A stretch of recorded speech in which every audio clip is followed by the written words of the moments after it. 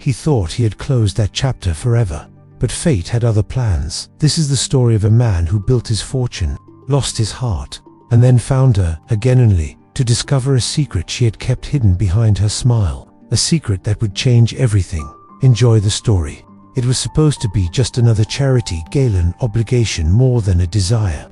My grandfather, now in his 70s, had been invited as a special guest. One of those self-made men's success stories that magazines love to parade. He had become a local legend, a poor boy turned real estate mogul, known not only for his money but for his cold precision in business. What people didn't know, what I would only learn much later, was that there was one chapter of his life he never reopened, one person he had silently mourned for decades, and she was about to walk through those golden ballroom doors like a ghost from a forgotten dream. She stepped in slowly, holding a glass of champagne as if unsure whether she belonged.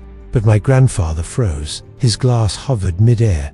I'd never seen him like that. For a man who commanded boardrooms and silenced entire rooms with his voice, he looked completely powerless. His eyes locked on her face. "Cliff, that," he whispered, but didn't finish the sentence. I followed his gaze and saw a woman elegant, aged with grace, yet holding the kind of sadness that doesn't need words. It took him only seconds to start moving toward her, like some invisible current pulled him forward. And as he approached, I saw something break in his face, a softness I never thought he still had. "Evelyn?" he asked, almost breathless. She turned, and for a moment, neither of them spoke. The room faded. The music softened. Time seemed to pause as two hearts recognized each other in silence. Then came the smallest smile on her face. "It's been a long time, Daniel." That was all she said, but it carried decades. Decades of love lost, of choices made, of pain buried under the weight of success and survival. He didn't hug her. He didn't cry. He just looked at her as if the earth had tilted back into place. But he didn't know, none of us knew that behind that graceful smile, Evelyn was carrying a secret that would shatter everything.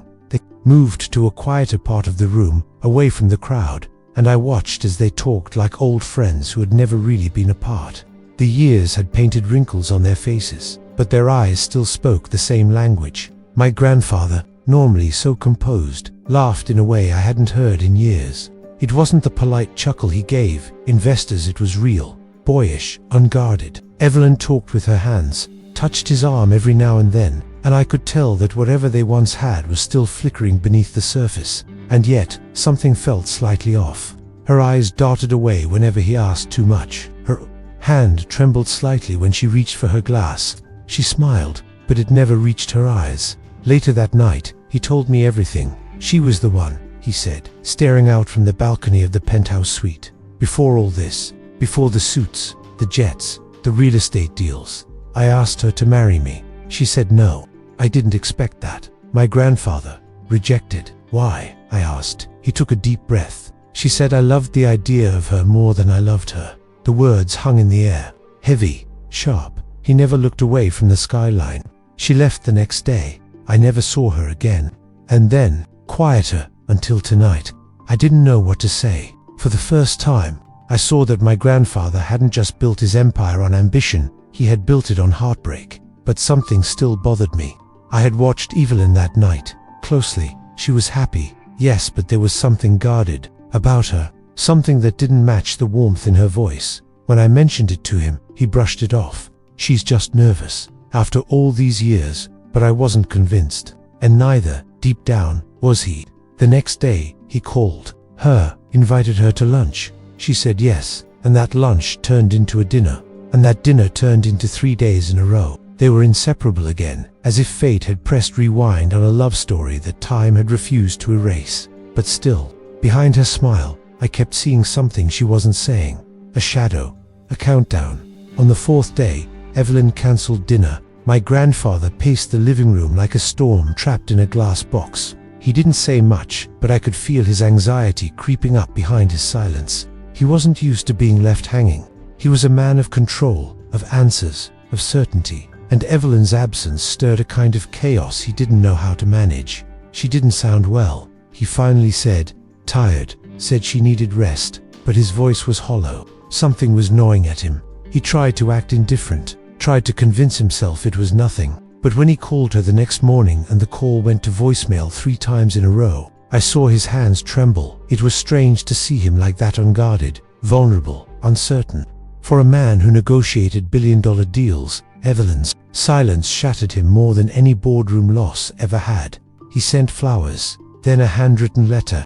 He even had his driver pass by her building, just to check if the lights were on. Maybe she got scared, he muttered to himself. Maybe it's all just too much. But I saw it in his face. He was afraid of a deeper truth. He had lost her once, and now that she was back, part of him feared that life or something darker was about to steal her again. A second goodbye would break him in ways the first never could. 3 days later, she called. Her voice was soft, hoarse. "I'm sorry," she said. "I just needed some time." He didn't press her. He just asked, "Are you okay?" And after a long silence, she said, "Can we talk in person?" That night, they met in the same little cafe where they reconnected. The same table by the window. He said she looked beautiful, but pale. She smiled. And then, with shaking hands, she reached across the table and placed a folded envelope in his palm. "Before we go any further," she whispered, "there's something you need to know." He opened it slowly, expecting maybe a photo or a letter from the past. But what he saw was far worse. A medical report, a diagnosis, and one cruel word printed over and over again: terminal. He didn't say anything at first, just stared at the paper as if he was trying to unsee the words. His fingers tightened around the edges, crumpling it slightly, but he didn't notice. Evelyn kept her gaze low, ashamed not because she had cancer, but because she had waited to say it. "I didn't want to be a burden," she said softly, as if confessing a crime. "I thought maybe I could just enjoy a few days with you, pretend we still had time." Her voice broke. "But the truth always catches up, doesn't it?" My grandfather sat frozen, as if the years of business armor he had built weren't strong enough to hold this kind of pain. This wasn't a hostile takeover or a failed deal. This was love, and this was death. At the same table, eventually, he reached across the table, covered her hand with his, and whispered, "You're not a burden. You're the only thing that's ever made sense." She cried then. Not the loud kind of crying, but the kind that comes in waves, silent, but violent. He didn't flinch, didn't try to fix it, just sat with her in that pain, refusing to let go. That night, he didn't go home. He walked her back to her apartment and stayed, not as a man trying to save her, but as a man refusing to abandon her. They talked until sunrise, about their youth, about what could have been, about what might still be. And for the first time in his life, my grandfather didn't make a plan. He just listened to the ticking clock and held her closer. The next morning, he called me. His voice was calm, but there was something new in it. Not fear, resolve. "She doesn't want treatment," he said. "She already tried. It didn't work." I asked what he was going to do, and there was a pause. "I'm going to love her," he said, "every day, until her last." That single sentence changed the way I saw him forever. This man, who once measured life in profit and loss, had finally found something immeasurable. He no longer cared about legacy or buildings with his name on them. All he cared about now was making sure Evelyn's final days were filled with joy, with beauty, and with meaning. He wasn't afraid of her dying. He was only afraid she'd die feeling alone. From that moment on, everything about him changed. The man who once scheduled his days down to the second now cancelled meetings, postponed deals, and handed over control of his companies without a second thought. His assistant was confused. His board members were furious. But he didn't care. "Let them fire me," he told me with a half smile. "I've built enough. Now, I just want to build memories." He started showing up at Evelyn's door every morning with something different. Croissants from her favorite bakery. Flowers from the park where they first kissed in college. Old photos he'd dug out of storage boxes he hadn't touched in decades. He wasn't trying to impress her. He was trying to remind her that she mattered still. They traveled, but not to the luxury resorts he used to frequent. Instead, they visited small places with big meaning. The town where she grew up. The lake where they'd once shared a canoe ride under the stars. A bench in a park where they had once dreamed aloud of a future that never came. He took photos not for social media, not to show anyone, but just for himself. He said every moment with her now felt like a page in a book he never wanted to end. Evelyn, though weak at times, came alive in those moments. Her laughter returned. Her eyes sparkled again. It was as if love, real and unconditional, had become her strongest medicine, if not for the body, at least for the soul. But in the quiet moments, reality lingered. Her energy faded faster. Her steps grew slower. She began to forget things, dates, even places they had just visited. Some nights, she couldn't get out of bed. Other days, she insisted on dancing in the living room to old jazz records, as if nothing had changed. My grandfather danced with her. Even when her legs gave out and she collapsed into his arms, he'd smile and say, "You still got the rhythm, Evie." He never let her see his fear. He saved the tears for after she fell asleep, standing alone on the balcony with the city lights reflecting in his wet eyes. I saw him once like that, and in that moment, I realized he wasn't preparing for her death. He was preparing to outlive her pain. One afternoon, as the sunlight poured through her apartment window, Evelyn sat by the piano she hadn't touched in years. Her fingers hovered uncertainly over the keys, and when she played the first few notes of a song my grandfather recognized, an old waltz they once danced to in college, he froze. "You remember that?" he asked, stunned. She smiled faintly. "I remember what matters." Her voice cracked, and her hands trembled, but the melody filled the room with a kind of ache too beautiful to stop. My grandfather sat beside her, not saying a word, just listening. The moment was imperfect, notes missed, rhythm off, but it was perfect to them. Because it wasn't about the music, it was about what the music meant. It was about her still fighting to leave him a piece of herself, even while time tried to take her away. That night, she asked him something that shattered him in ways he couldn't hide. "Promise me," she said, "that when I'm gone, you won't disappear too." His eyes welled up, and for the first time, he couldn't give her the strong, comforting answer she always expected. "I don't know how to live in a world without you," he confessed. She reached for his face, held it in her hands, and whispered, "You already did. Before we met again, and you'll do it again, but not alone. I want you to live, really live, not for business, not for legacy, for you." That night, they didn't sleep. They just held each other in silence, letting the weight of those words sink in. That night, no promises were made, only presence. Only now, as the days passed, my grandfather stopped pretending he was strong. He let himself break, but only in private. In public, in front of her, he remained steady, not because he wasn't afraid, but because he wanted to carry her fear along with his own. He became her nurse, her chauffeur, her comedian, her biggest fan. He made her laugh, even when her body ached. He read to her when she could no longer keep her eyes open. He played her old records when words were too much. Their love had no longer any need for future plans. It lived fully in each cup of tea, in each look across the room, in each moment they chose to be fully there. This wasn't a second chance at love. It was love. Finally understood. Winter came faster than anyone expected. Evelyn's body began to surrender in small, heartbreaking ways. She no longer wanted to go outside. Her appetite faded. Some days, she didn't even speak, but my grandfather never flinched. He transformed her apartment into a sanctuary. He hung fairy lights by the window so she could still see beauty after sunset. He brewed her tea from herbs that reminded her of childhood. He even hired a jazz trio to play in the hallway outside her door on Sunday afternoons, just so she could close her eyes and pretend she was dancing again. It was like watching a man fight death with tenderness. He couldn't stop what was coming, but he could soften its edges with love. One night, she had a bad episode. Her breathing became shallow, her body cold. My grandfather called me in a panic, the only time I've ever heard fear in his voice. When I arrived, he was kneeling beside her bed, holding her hand, whispering stories from their youth, with tears running freely down his cheeks. She opened her eyes just for a moment and whispered, "Don't cry for me. I'm not afraid anymore."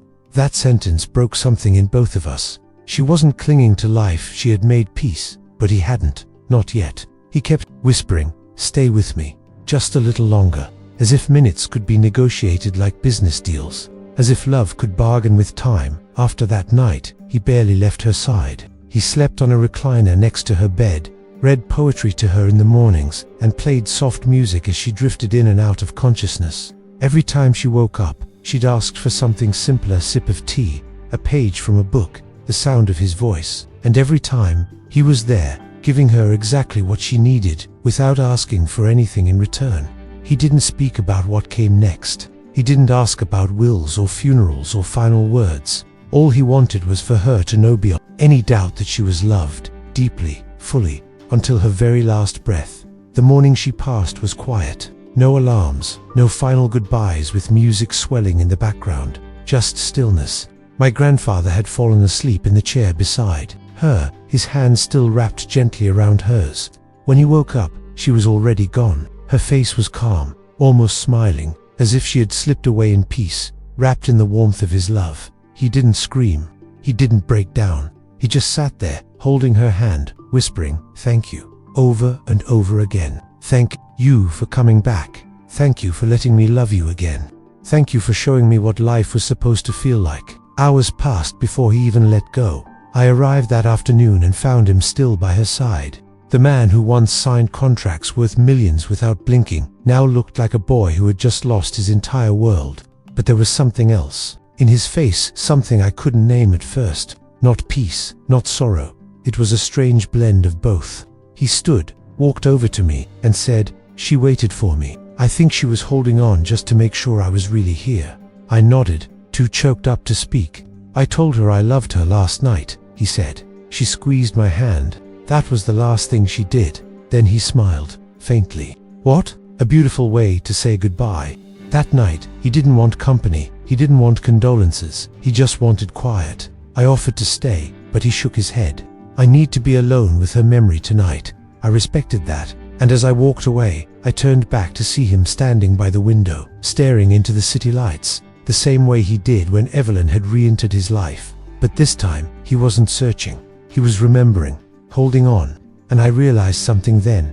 This love wasn't tragic. It was sacred. It didn't end in pain, it ended in presence. My grandfather hadn't just said goodbye to Evelyn. He had said goodbye to the man he used to be. And in her final days, he had become the man she always believed he could be. In the weeks that followed, my grandfather changed in ways no one expected.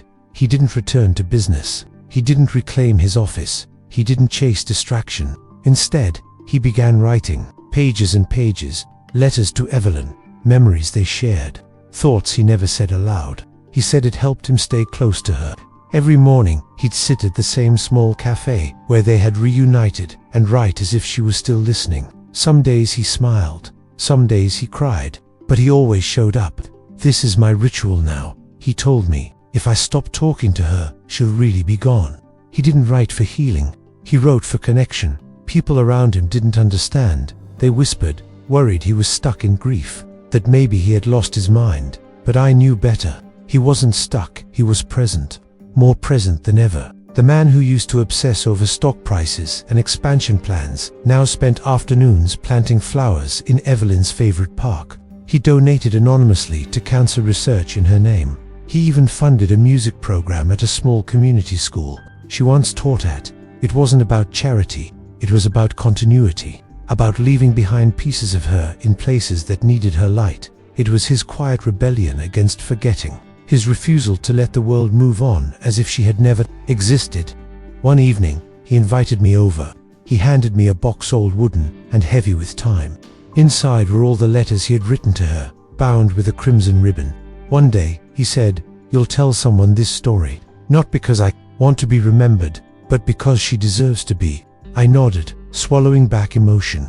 That night, I understood what love could be, not just passion, not just companionship, but transformation. Evelyn didn't just die in his arms. She resurrected something in him, something soft, something eternal. My grandfather had found the love of his life twice, and the second time, he finally knew how to love her back. Months passed, seasons changed, but the love story between Evelyn and my grandfather didn't fade, it evolved. Her photos remained in every room of his home.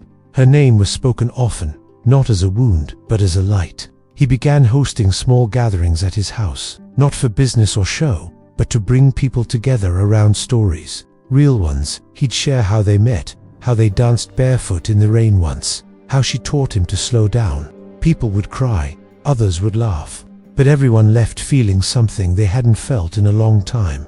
Tenderness. He wasn't trying to impress anyone. He was passing on the feeling Evelyn left inside him, one of depth, one of presence. What surprised me most was how many lives she ended up touching after her passing.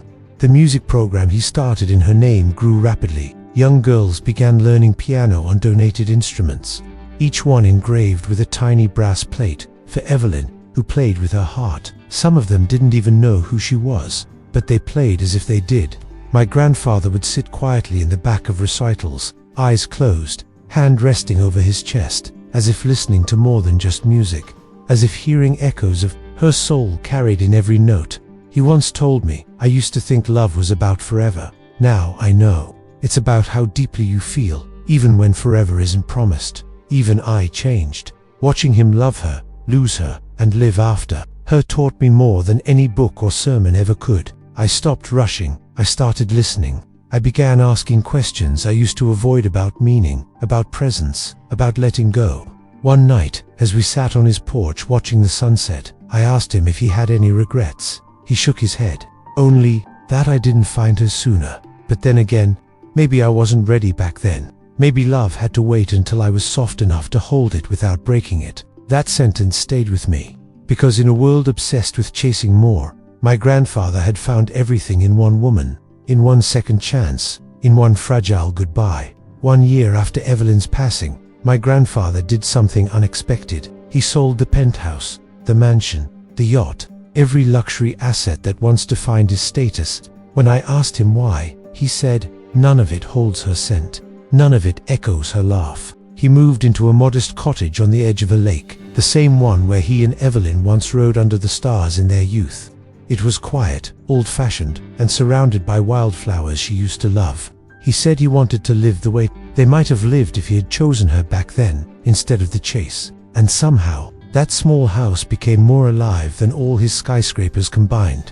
Visitors would come by, former colleagues, curious journalists, even strangers who had heard the story. They expected to meet a man broken by grief, but they left, humbled by someone rebuilt by love. My grandfather didn't preach, he didn't dramatize, he just spoke softly about Evelyn, about grace, about time. He always had a cup of tea ready, always gave people his full attention. He had become slower, yes, but not weaker. In fact, he had never been stronger, because now, every action he took had meaning. Every word was chosen with care, every silence was full of her. People didn't just visit him for his story. They came to feel what he had become, a man carved open by loss and filled with light. Sometimes I wondered if he ever wished for more time with her. One evening, I asked. He paused, stared out at the lake, then said, "Of course I did. But if I had 10 more years, I'd still want more. If I had a lifetime, I'd still feel it wasn't enough." That's how I know it was real. Because even forever wouldn't have satisfied my heart. He looked at me and smiled, not with sadness, but with peace. "But I'm not angry. I'm grateful she came back to me. She let me love her the way I should have the first time. And that's more than most people ever get." That night, I realized something. The most powerful kind of love doesn't demand eternity. It just needs one more moment fully lived. It was on a crisp autumn morning, exactly 2 years after Evelyn's passing, that my grandfather surprised me once more. He called and asked me to come by the cottage, no urgency in his voice, just a soft insistence. When I arrived, he was already sitting on the porch, wrapped in one of Evelyn's old shawls, sipping tea. "There's something I want to give you," he said. He led me inside and handed me a small wooden chest. Inside it, carefully arranged, were photographs, ticket stubs, pressed flowers, and a single silver necklace with a faded engraving. "Still yours." I looked up at him, and he simply said, "These are the pieces of her I was allowed to keep, and now I'm passing them to you." In the days that followed, he began to slow down in ways I couldn't ignore. He no longer walked the trail around the lake. He stopped writing letters. He spent more time in his rocking chair, looking not at the world around him, but at something far beyond it. One evening, I asked him if he was okay. He smiled gently. "I'm tired," he said, "but not in pain. Just ... full, like a story that's told every word it had." I sat with him in silence for a long time, and then he said something I'll never forget. "Grief doesn't leave you empty. It leaves you overflowing with memories, with love, with the parts of them that never really left." It was then I knew he was preparing, not to leave this world, but to rejoin the part of it that he loved most. And when the day finally came, it was peaceful. He passed in his sleep, just as Evelyn had. No drama, no hospitals, just the soft rustle of leaves outside the window, and the final exhale of a man who had finally finished his last chapter. In his will, he left behind nothing extravagant, just instructions for a small plaque to be placed under the tree where he and Evelyn used to sit. It read, "Some loves don't end, they just wait." And in that simple line, he had written the true legacy of their story.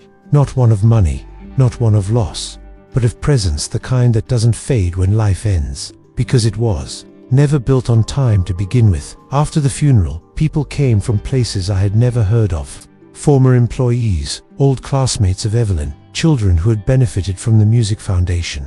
They didn't speak in hushed tones like most funerals. Instead, they shared stories, laughter mixed with tears. A man stood up and said, "He made me believe in second chances." A young woman added, "Her music taught me how to feel."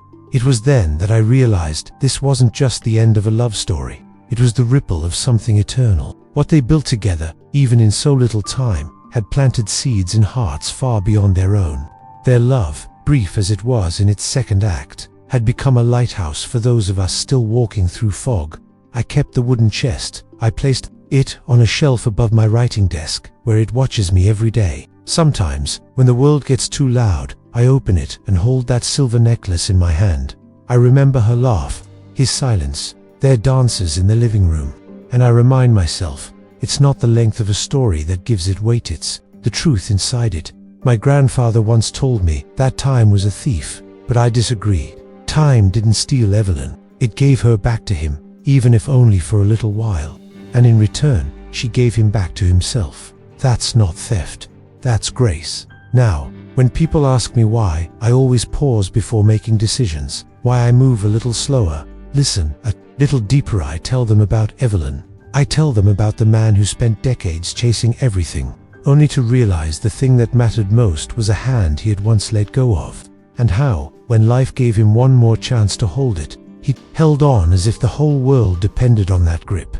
Because for him it did, and maybe, for all of us, it still does. Sometimes I catch myself dialing his number, instinctively, out of habit, out of longing. The line doesn't ring anymore, but I let the silence linger in my ear. It's strange how silence changes. When someone you love is gone, it doesn't feel empty, it feels full. Full of everything they once were. His voice still echoes in my decisions.